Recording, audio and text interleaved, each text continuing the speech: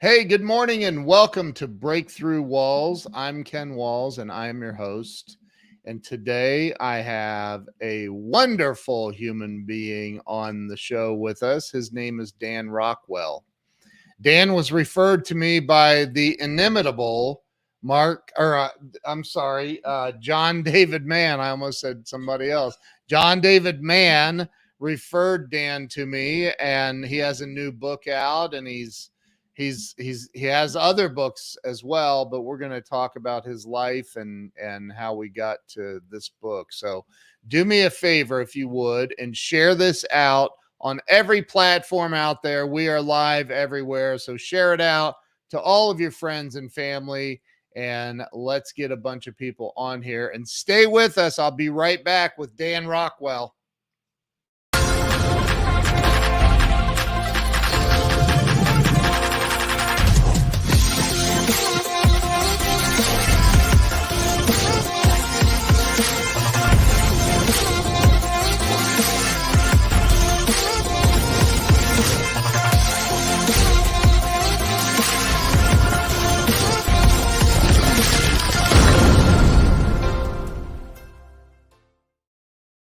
And we are back. Let me bring Dan on. Dan, welcome to the show. Thank you, Ken. It's a pleasure to be here. So, Dan, I started this show about a little over 5 years ago. Was literally to help myself get unstuck in life, and it worked. But you know, I like to hear people's stories about how they struggled their way through life and one day finally got it. And so I'm excited to hear your story. I'm excited to hear. Hopefully you've had some struggles along the way. And but you know, I've had some people on though that I'm like, did anything ever go wrong in your life ever? Like, anyway, so why don't you tell everybody where you were born and raised? I was born and raised in central Pennsylvania. I'm a proud central Maine. I live in central Pennsylvania.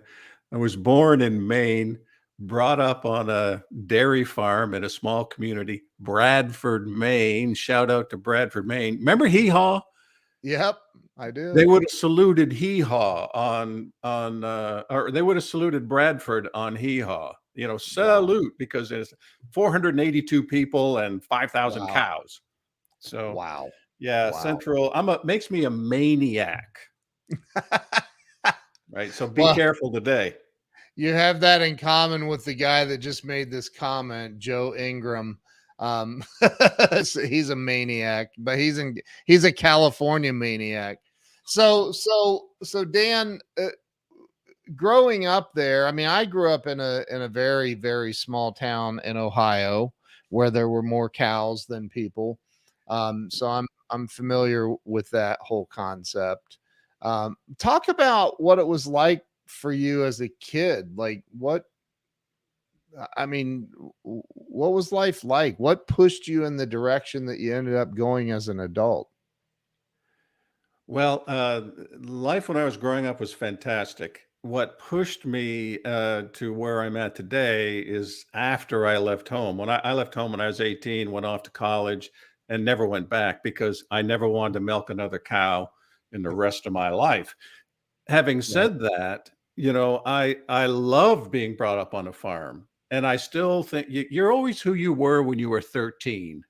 Yeah. You know, you kind of like, you love the stuff anyway. I was milking cows, but I love the equipment. I love, you know, all the stuff that you did. And I'll tell you, one of the great things about being brought up on a farm is you don't choose whether you're going to get up and do your chores or not. Right. You do your business, and you're not really worried about like, I don't know if I'm going to really do that today. You know what I'm saying? Yeah. No, you do it. And that's what I also hated about farming is you had to milk cows twice a day. I think dairy farmers maybe aren't the sharpest tools in the shed, because you got to milk cows. No offense to dairy farmers, you got to milk cows twice a day. At least grow crops, right? Or Yeah. raise beef cattle, But Right. anyway, it was a great life, and it taught me to love work. And I Yeah. do enjoy work, and still to this day get up early and get busy. I have always said that, well, I've said since the my early 20s, I worked for a farmer long time ago, and in a separate business that he had. And one day he goes, "Hey, I need you to come out to the field with me. It's getting ready to rain, and we've got hay laying out there, and we got to get it in before the rain hits." And I'm like, "Why?" And he's like, "I don't have time. Just come on." And I go out there wearing a pair of shorts and a t-shirt and gloves and tennis shoes. And I've since that day, I've said every teenager in America needs to go bale hay for a summer, because that will give you a completely different perspective on life. Like, completely, especially if you're wearing a pair of shorts and a t-shirt. So there's nothing, I don't think there's anything, quite like working on a farm. I mean, it is serious work. Yeah, it's wonderful. And I didn't know it at the time, but it's a family business. And I didn't know I was part of the family business. That was the life you lived. And, grandfather Morrison had the farm, and then my dad bought it. And I remember, going with Grampy when I was little and riding on we were probably breaking a million OSHA regulations. I was riding on the fender of the tractor, and Right. he out in the field. And Yeah. it's a wonderful life. I Yeah. mean, it's a lot of work. It's a hard life. Don't get me wrong. But like Yeah. you're saying, and by the way, I agree. Don't wear shorts when you're getting the hay in, No, can't heaven help us. So, no, you don't want to do that. life. It's really, and it's a pain that lasts for quite a while. You're picking hay out of places you didn't realize you could get hay in. It's not fun. It's no fun. So when you graduated high school over in Central Maine, and you went off to college. Where'd you go to college? Yeah, well, the first time I went to college, I went off to Bible college, and my first degree is in theology. And Wow. so we went down to Missouri, and my future wife to be, I married my high school sweetheart. We went off to Wow. college together, and it was living large, and we had no idea how hicks we were, country hicks. Bump, Right. and I still love country life. So no offense to people who enjoy country life. I'm out here, I'm out here. We moved to Williamsport. It's 30,000 people. Ooh, that's too big for me, man. So we're out. We're like 10. Yeah, we're 10 miles out of town. Out in the Right. countryside. Because we Right. love country life. Right. So, I no offense to that, but we moved into, went off to college, and you start to see life differently, Yeah. yeah.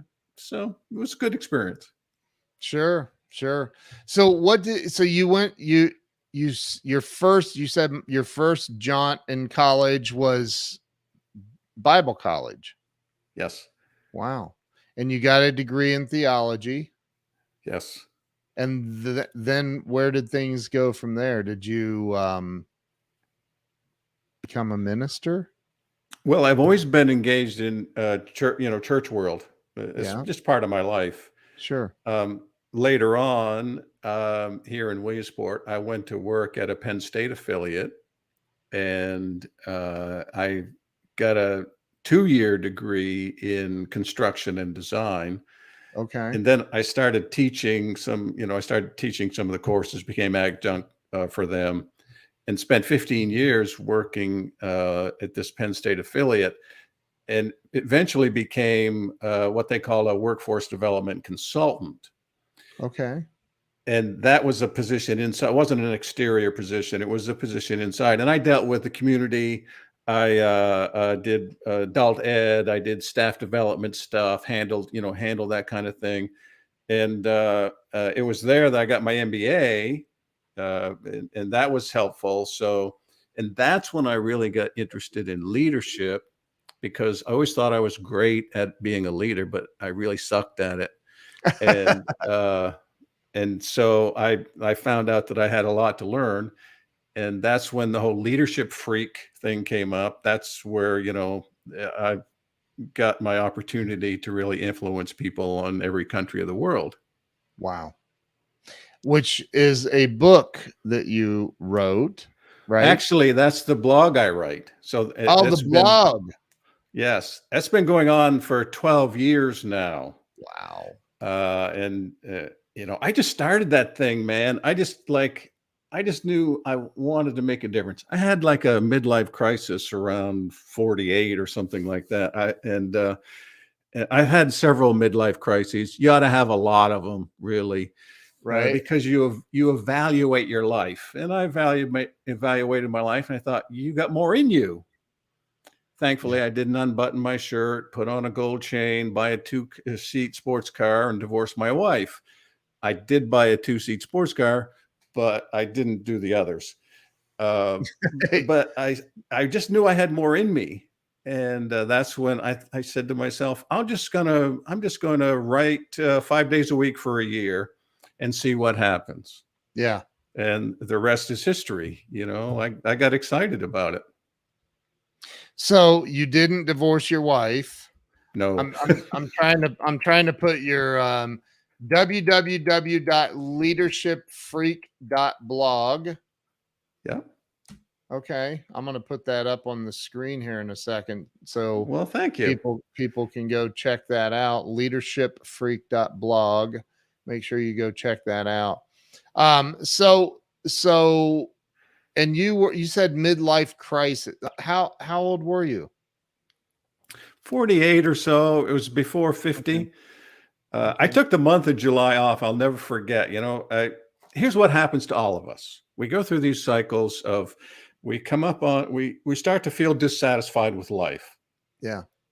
Totally great. I'm not a betting man really, but I would bet that, Ken, you started what you're doing today here because of some measure of dissatisfaction, something, you felt like there was more or something.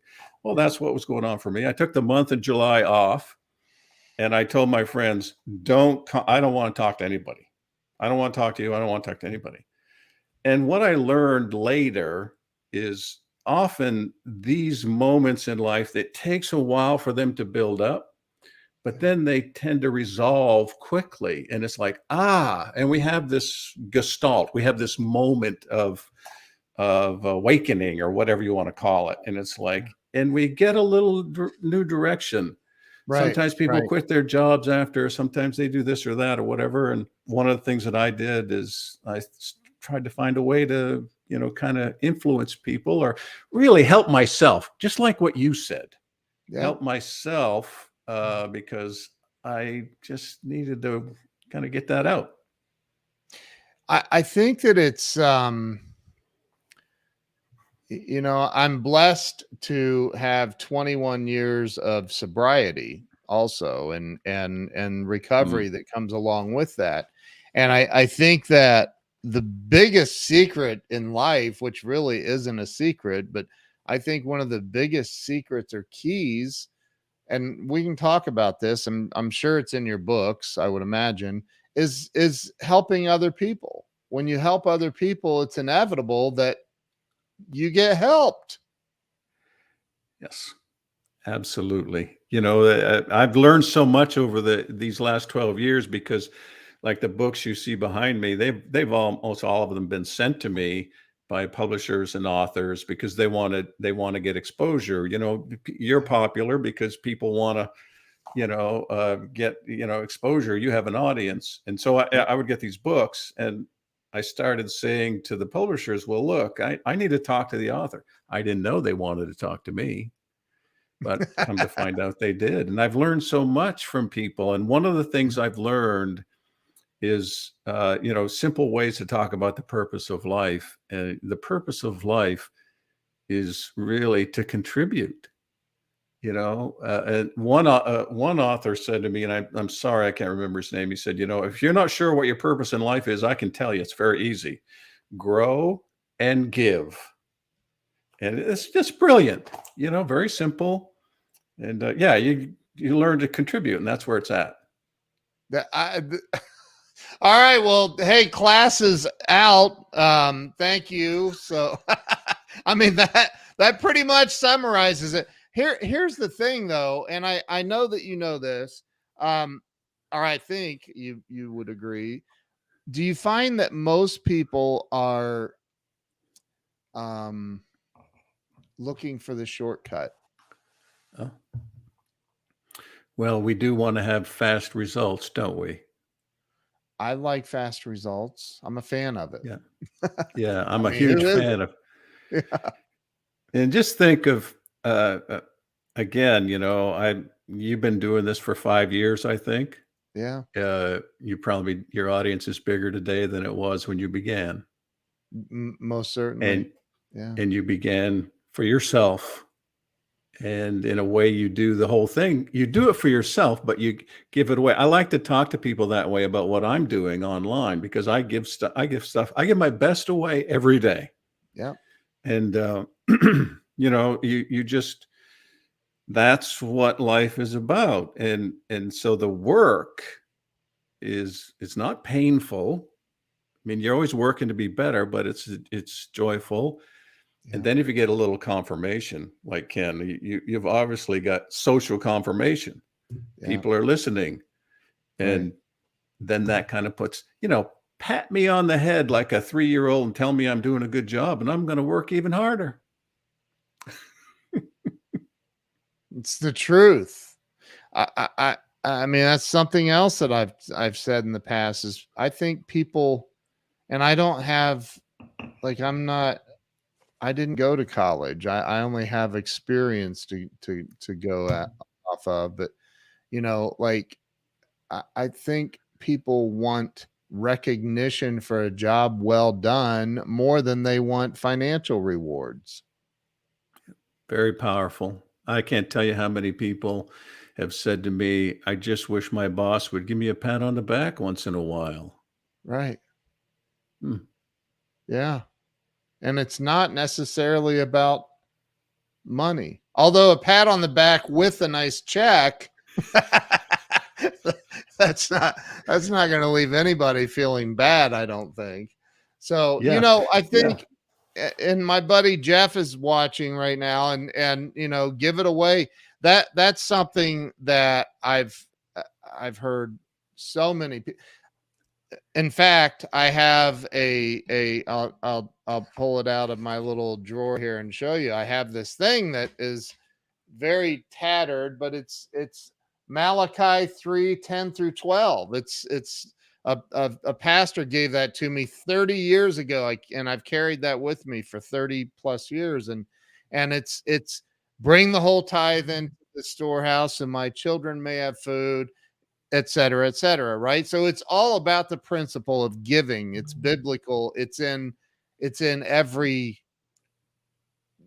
thing written, spiritual thing ever written, I think. So what part of your, or how much of your writings are around that, giving to others and helping others? Yes. I've written so much. I write 5 days a week. Occasionally I take a day off, excuse me, but even on vacation, I'm so used to getting up and doing my chores that I sort of feel like, that's what I need to do. So I've written so much. I'm not sure. I write to leaders, and I like to write a lot about bringing your best self. I like to write about, what you're talking about. How do you serve others? How do you contribute to others? That's so important to me. And for me personally, I think overcoming the fear of people are going to take advantage of you, or not understanding how to say no and how to leverage the best opportunities to give, because there are more opportunities to give or contribute than you could possibly fulfill. So, we're navigating some of this, which isn't all warm and fuzzy. We're trying to make some decisions, but in the end, there's this heart. And I think that's what I love to, encourage leaders with. I coach leaders. And when I'm coaching leaders, a lot of that has to do with noticing their heart and bringing their heart to work, because boy, that's where the energy is. Right. It really is. So you said you went through this midlife crisis at 48? About. Yep. That's interesting, because that's 47, 48 is when I had a huge shift and start over kind of thing in life, wrote my first book and all of that. So that's very interesting. I love to ask people about how old they are. So I'll get, inquiries about coaching, and, I send them a questionnaire and all of that. And, I'm watching for that, because there is a juncture in life, and it's not unusual that we come to that juncture. What's, I think, difficult or sad is that we go through that experience without a mentor, without somebody in our life. It doesn't explain it to us.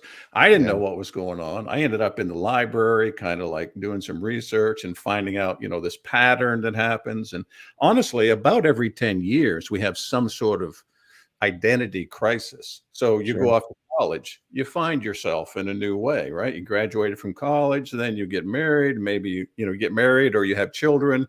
Now you got to find yourself in a new way, right? And it's about, every 10 years or so, we're going through some sort of way of finding ourselves, which I think the journey of life really is to learn how to bring your best self into the world, instead of the self that everybody else expects you to bring. I see Laura. That's my friend, Dr. Laura. She's a nurse practitioner. But I think about this stuff that you're talking about. I think about this a whole lot. Like, how do you, and I'm just going to express my opinion a little bit. I think we have the entire college thing messed up in this country, in this world. We're telling an 18-year-old kid, go pick what you're going to do for the rest of your life. and to your point, I've thought about this a lot. Like, why are we doing that? Make them go knock on doors, or do something, work on a farm for a couple, 2 or 3 years or something before they go, okay, I'm going to go be a doctor, a lawyer, of whatever it is. Because I think that people get stuck in that frame of mind. Like, this is what my parents told me I need to be, so I am. Yeah. So powerful. Love your insight there. I think it's true. What I noticed about college students is the freshmen come in, half of them fall off the deep end. Their lives fall apart. They stay up all night playing video games, or they go out on party night, and they get drunk and all of this. But eventually they do come around, the ones who don't drop out early. And I just noticed as the years pass how they do change. But we all know, well, how many people do you know who went to school for one thing? They're not doing that. They're just not. Right. And why not? Yeah, because they have found themselves in a new way. Yes. And it's like, it's a good thing, but it's dissatisfying. It doesn't fuel the energy, which is another topic. I love the energy topic. Love to talk about where that comes from. I love that. That's one of my favorite topics right there. So okay, we can identify. I think that I don't think it requires a whole lot of brain power to realize that especially if you're 35, 40, 50 years old, the 18-year-old version of me is not even close to the 55-year-old version of me, not even remotely close, right? And so but how many people at 50 years old are still allowing their 18-year-old or even 10-year-old self to run their life? And I was thinking about this just a couple of days ago. I was like, I wonder how many people don't realize that their 10-year-old self is still making their major life decisions. And would you turn your life over to a 10-year-old to run it? Right? Right. No, not me. Heaven help us.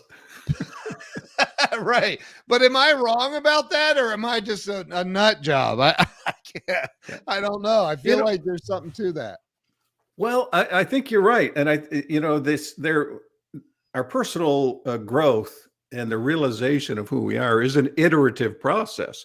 Yes. We're at one stage, we think one thing, and let's face it, when you're growing up and when you're little, people pleasing is my favorite thing I hate about myself. Right? I'm a people pleaser. So you grow up, you please your mom and dad. That's not all bad, right? You learn, you please mom and dad, things go better. You go to school, please your teacher, right? Then you get a job, please your boss. You get a spouse, please your spouse.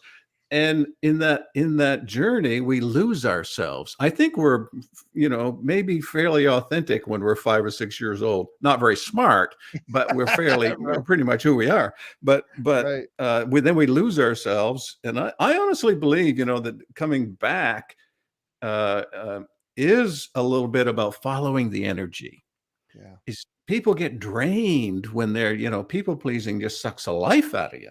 Yep. Then when you begin to find yourself a little more, you feel that energy coming back. That's natural for us. That's healthy. Yeah. Totally agree. I used to have a sign. Hey, I heard that Oprah had this in her office, and I was like, well, hey, I'm not necessarily a huge Oprah fan, but I love this saying. Be responsible for the energy you bring into this space. And I love that, because I don't think people think enough or spend enough time considering the energy that's going out in front of them. Like, our energy meets people before we ever do. And I don't think people realize that. No. Right. It's so funny to me, because we kind of walk around and we think, why is the world like this? And a lot of the reason the world is like this is because that's the way we're inviting people. That's what we're doing with people. So it's like taking ownership of who we are, and then, understanding what it means to, be your best self. And by the way, Ken, I'm not a huge fan of just like be yourself. It just feels a little indulgent. I like the aspirational side of it. Become your best self. Now, don't be fake, but I think I have more in me. I think I'm learning about who I am and what's important, and I need to be bringing that to the world. And then that's iterative versus, I got to be authentic, so I don't do that. No, sometimes you do. Yeah. I've and Laura says, be in the empathetic side where you actually feel people before they speak. Best gift with my patients, but hard in life. Right? Yeah. That's the what you just said, though, like I really feel like, and I don't have like my own scientific research studies that I've done outside of just living, but I really feel like the energy that we're putting out, what we get in life, is definitely a reflection of the energy we're putting out in life. Oh You know, my. And this is where in leadership, the Vagrant, the book that's going to drop here on September 19th. there it is right Yeah, there. thanks for showing that with John David Mann, who is awesome. I totally Oh, agree with you. He's John is incredible. amazing. But the story is about self-discovery, and we go on this journey, and we think we're doing well, and we wonder why. Why do I have adversarial relationships? Right, Well, right. my daughter said to me, one time, she was an adult. She said, "Dad, I think you like to scare people." And it's like, I'm a fuzzy teddy bear. What are you Uh, talking about? I don't like to scare people. But see, there are these junctures in life where we hear something that let me say it this way, Ken. Sometimes other people know us better than we know ourselves. And that's where we need right, to listen. So in the story of the Vagrant, here's a guy who is very talented, high aspirations, and boom, just like what you were saying, he bumps into all kinds of obstacles, many of which right. are unnecessary, and ends up, going through great adversity. John likes to say that we take this main character in the story, Bob, who is, I'm humbled to say, and because he screws up so much, I'm humbled because his mistakes are, many of them are the ones I made. But Mhm. John likes to say, we take this main character, his name is Bob, and we just beat the daylights out of him. Right. So, I think though, tell me what you think, Dan. I've I had two amazing doctors in my office house the other day, on Saturday for about 4 hours of one-on-one coaching. I was helping them with some stuff. And um, I think that people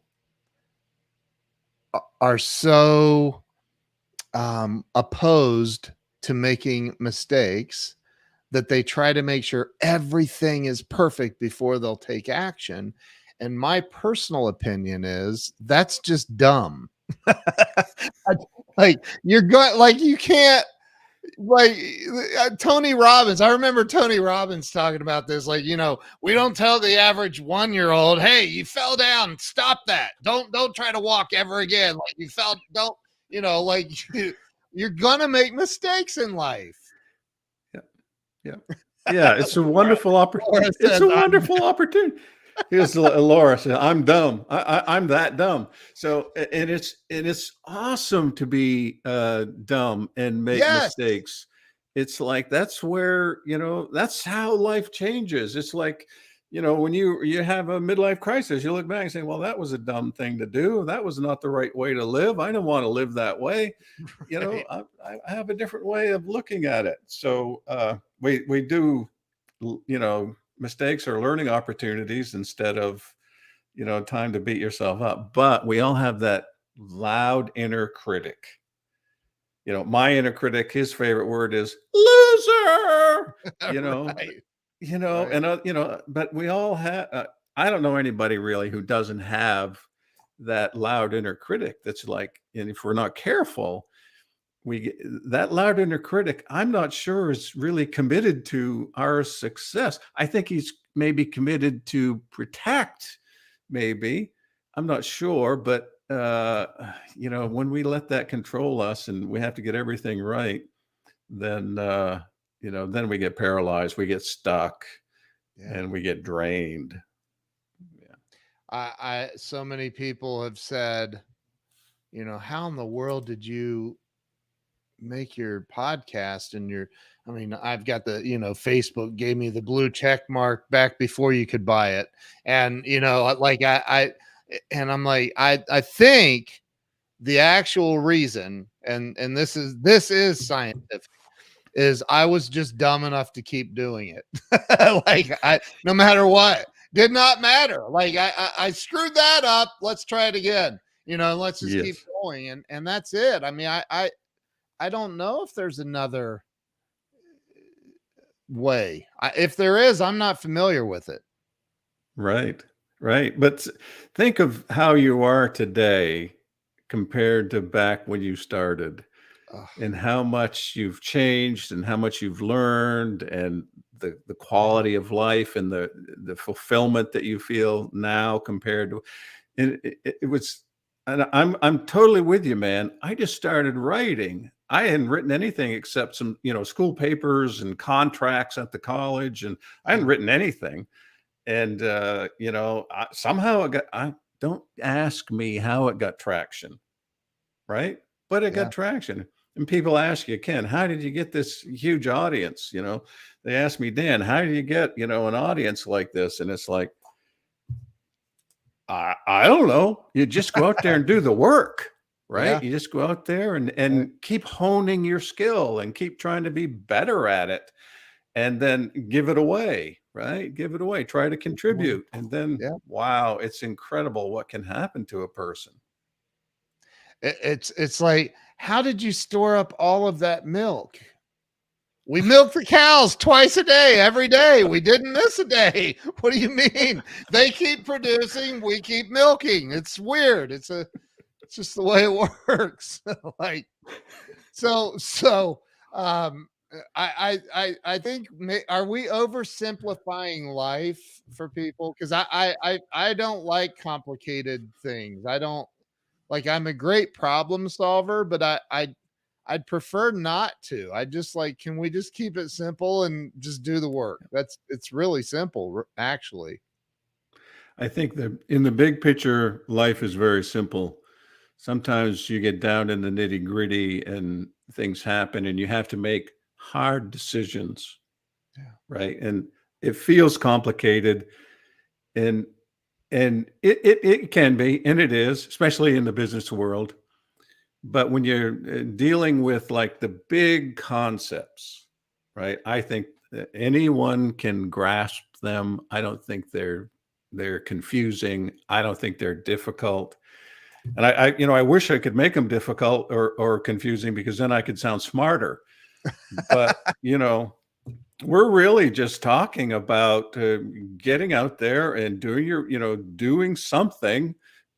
And here's a rule for you. Here's a rule: as long as you're relatively confident it's not going to cause harm, go ahead. Right now, Right. you're going to have varying levels of clarity. Sometimes you feel very clear about something, and as you've developed over the last 5 years, Yeah. in your podcast here, you understand better what works. When you first started out, you just this seems like something good. You just say, this seems like something good to do. I don't think it's going to be damaging. I don't think it's going to be harmful. And then you say, well, that wasn't the best, but and Yeah. on you go. So we're all nervous about, am I making the right decision? Am I making the right decision? Yeah. Here's what I think, Ken. You know what to do when you know who you are, and Mm, and there is this mm, sense of identity based leadership, identity based decision making, and I don't mean that to be all. That doesn't have anything to do with driving a car, right. right? That has Right. to do with these life decisions, Right. right? Driving a car, there are certain rules. 1 foot for the gas and the brake. Yeah. There's no. Yeah. Yeah. When you learn that, it makes it a lot easier if there a clutch becomes involved. Like, right? Like, what's his new pedal? What? Anyway, which is a metaphor for life, because things just show up sometimes, and you're like, wow, I wasn't ready for that. Uh, Like, what do you think though? And I do like to ask every guest a couple of questions. Um, number one is, what do you think, in your opinion, um, is holding people back in life? And it's a twofold question. Like, I've been broke and homeless, and I've been wealthy, and wealthy is way better. I don't care what anybody says. I think that having money is a really, really, really good thing, and it does create the opportunity to have a happier life. Because like, it's not easy to be happy when you can't buy food. It's very difficult. So what do you think stops people from having it all, from having the financial well-beingness and the real joy and happiness in life? What's holding them back? I think a confusion about where the biggest challenge is. The Mm, biggest challenge that we face, we think it's out there. We think it's, it's earning the money. We think it's, making exactly the right decision. But I really think the biggest challenge we face is an internal challenge about how we view ourselves and discovering who we are and how we want to show up in the world. This is a huge challenge for people because of people pleasing, expectations. I'm supposed to, leaders in particular, because I deal with leaders and managers. right. They think I'm supposed to show up this way. I'm supposed to show up and the answer. This is a huge roadblock when people Mm, think, instead of the inner confidence to say, I'm showing up to ask a question. I'm showing up as a learner, not necessarily. Now, you got to know, don't get me wrong, but I don't have to know everything. You don't have to know everything. We're going to show up as a learner and a person who helps other people thrive. Because I used to think when I showed up, I had to show up with the answer, and I had to show up and convince all those idiots that I had the right answer. And son of a gun, they had different thoughts about things. And I think that what holds us back is a misunderstanding, even about, in leadership in particular, and management, is a misunderstanding of what it is in general about life. I mm-hmm. think it's misunderstanding the big challenge, because the big challenge, the big journey, is the journey into the heart, and learning not to be a faker, and learning to put your best self forward. Wow. That's some powerful stuff right there. When you so is this your first book, The Vagrant? Yes, I have. Okay. I've contributed, and I put out some ebooks from material that I've written before. Yep. And with John, this is the first book that, like, there's a publisher, and we had to do all the edits, and you know what I'm talking about, everything that Yep. goes with it. I do. You've got some great. Ken Blanchard gave you an endorsement. That's pretty Ken is cool. wonderful. Yep. Yes. So when you decided to write this book, why did you, and for everybody watching, this book comes out, when does it come out? September 19th. September 19th. Can it be pre-ordered right now on Amazon? It can be. Okay. Yes, it can. So everybody watching, go get it, pre-order it, The Vagrant.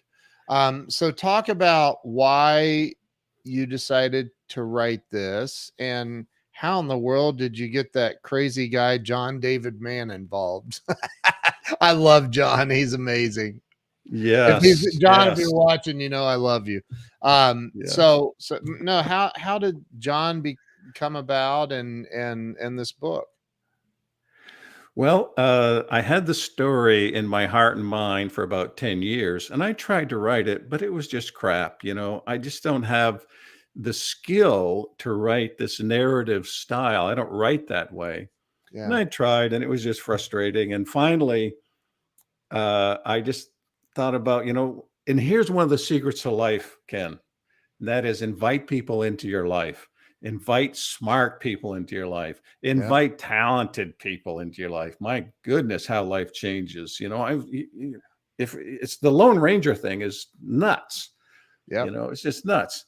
And so I reached out to John really through Bob. I just touched base with Bob because I know Bob Berg. You know Bob Berg from the Go Giver.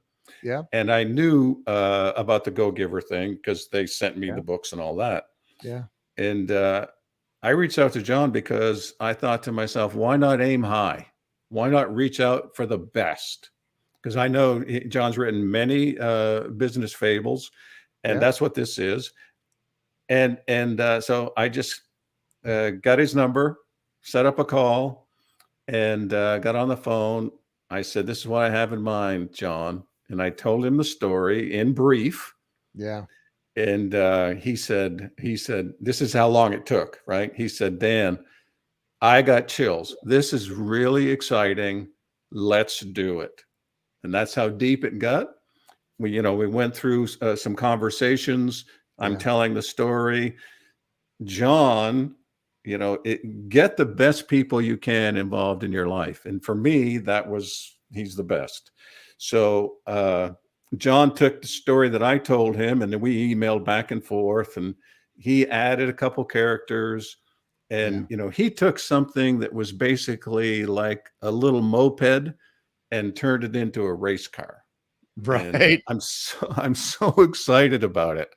So that's how that happened. But I think the lesson here is, if you feel stuck, one of the best things you can do for yourself is invite somebody into your life that has gone further than you, that's smarter than you, and if you can't get them involved some way, find a way to get involved with them, help them, do something to get the outside in. Very, very important thing to do for all of us. Totally agree with that. And everything you said about John, I agree with. He's amazing. Like, if you've ever read if you've not read The Go-Giver, you should, because it's just amazing what he does with books. I just got this, so I haven't had a chance to read it yet, but I'm excited to read it because I know how talented John is, and now I see your energy is amazing. So this should be a really, really good book. Yes. So September 19th is when the book comes out. So everybody listening or watching, make sure. Now, is leadershipfreak.blog, is it going to be available to click on and get from there? Or what, is there another website? There will be, the basic book providers and your local bookstore, of course, Barnes and Noble and Amazon. But really, go to your local bookstore and support those local businesses that are every day. There's little author communities in your community, and they're businesses that are supporting authors and have books available. And I had a couple of friends say, I went down to the bookstore and they said, I want to get this book, The Vagrant, right? And can you get it for me? Because they want to get it into the local bookstores. Yeah. That's awesome, man. So let me ask you this. I remember many years ago having a car repossessed in front of my employees. that was a really terrible day. But I can remember thinking, why even continue on in life? Like, what's this? It was so humiliating. And there are so many people who actually, get to that place where they feel like they've tried everything. They've given life everything. They've given their business everything. And they just, they can't see a way out. Maybe cars repoed, electric being shut off. I've been through all of that as a business owner. And what would you say if somebody called you and said, Dan, I can't afford to pay attention, and like, I don't know which way to go in life? What would you say to help bring them back to this moment where you and I know it's going to work out? But I mean, my gosh, during 2020 and all of that, I mean, the suicide rates skyrocketed, and it was crazy. What do you say to bring somebody back to the moment? Yes. Wonderful question, Ken. And I think one of the things I would ask is, what do you need to stop doing? What hasn't been working for you? There are parts of our lives that feel like we're pushing a rope, And it's just like, struggle, struggle, struggle. And we are afraid to let go. We are afraid to, let that go. And that becomes a weight in our lives. So lots of times when I deal with leaders, I like to ask them, what are you doing that's just sucking the life out of you? And how can you stop doing that? And I feel like if somebody is at that place where they're at the end of the rope, it isn't all bad to say, what are the things that have really been holding me back? What are the things that just suck the life out of me? I think that's a good start. And then self-reflection, the practice of structured self-reflection, which we talk about in the Vagrant, and there are practices at the end, is life-changing for people. Because sometimes, I don't know about you, Ken, but for me, I've gone on and on dealing with frustration and not even noticed that I'm carrying so much frustration. I'm just frustrated, and and I go to bed frustrated, or I think about things and it makes me angry. And then if you just take a moment and slow down and engage in some structured self-reflection, like, what's causing this frustration? What did I do to contribute to that? Those moments of self-reflection can often reveal what the path forward looks like. Totally agree. I meditate every day of my life, and I have for 20 years. And yes, I remember when somebody said to me, "You need to meditate." I was like, "That's not in the Bible. That's evil. What are you talking about?" And they're like, "But except Jesus meditates, it's like 40 days and 40 nights, and and I'm like, okay, but I think that it's one of the most important things that a human being can do. Yes, when I get new clients, especially younger clients, right? And usually they're at least in their 30s, but when I get younger clients, I'll ask them, tell me about your self-reflection practice. And they look at me like a cow looks at a new gate. It's like, what's that? Right. You know what I mean? Right. They're too busy. They're working too hard for this stuff. They're too busy to actually take even 5 minutes at the end of the day and jot down a few ideas about, what worked, what didn't work. What did I learn? What are my joys? What are my frustrations? Any final words you would like to leave with everybody listening or watching? Anything you'd like to say to everyone here at the end of the show? I think, we talked a lot about the inner journey, which the Vagrant is the inner journey of leadership. But I really think I want to go back to that, like John David Mann, reaching out to John. And I think one of the most useful things any of us can do is invite some people into our lives. I'm an introvert. I'm my own favorite company. My favorite place is on the back deck with my wife and no one else. And that's great. I need that in my life, but I also need other people, smart people. And perhaps one of the best things you can do is invite some people into your life that can speak some of those things that you don't expect. And listen, when you hear something that doesn't make sense to you, like when my daughter said, "I think you like to scare people." Oh my, that's something to listen to. That'll help propel us forward. Amen. Anybody ever tell you that you sound like Paul Harvey? No, but if I do, that's good. Although I heard someone say Paul Harvey was the triumph of style over content, which I don't really know if that's true or not, but he certainly had a great voice. Well, can you say for me, and that's what did he say? And that's the rest of the story. Is that what it was? Was that him? He would also say, "This is a good date," or something like that. Didn't he say?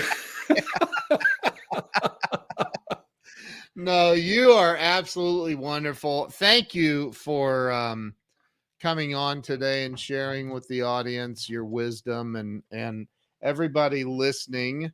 or watching, I'm holding up a copy of The Vagrant. Thank you, by the way, for sending me an early copy of this. It's the inner journey of leadership, and there's nothing more important, in my opinion, than the inner journey. So if you want to learn to be a much better leader, get this book. Go pre-order it right now on Amazon. And when it comes out on September 19th, go to your local bookstore and buy a copy of it. So, Dan, thank you so much for being a guest on the show today. Ken, it's an honor to meet you and to spend time with you. Any friend of John David Mann has got to be A-OK.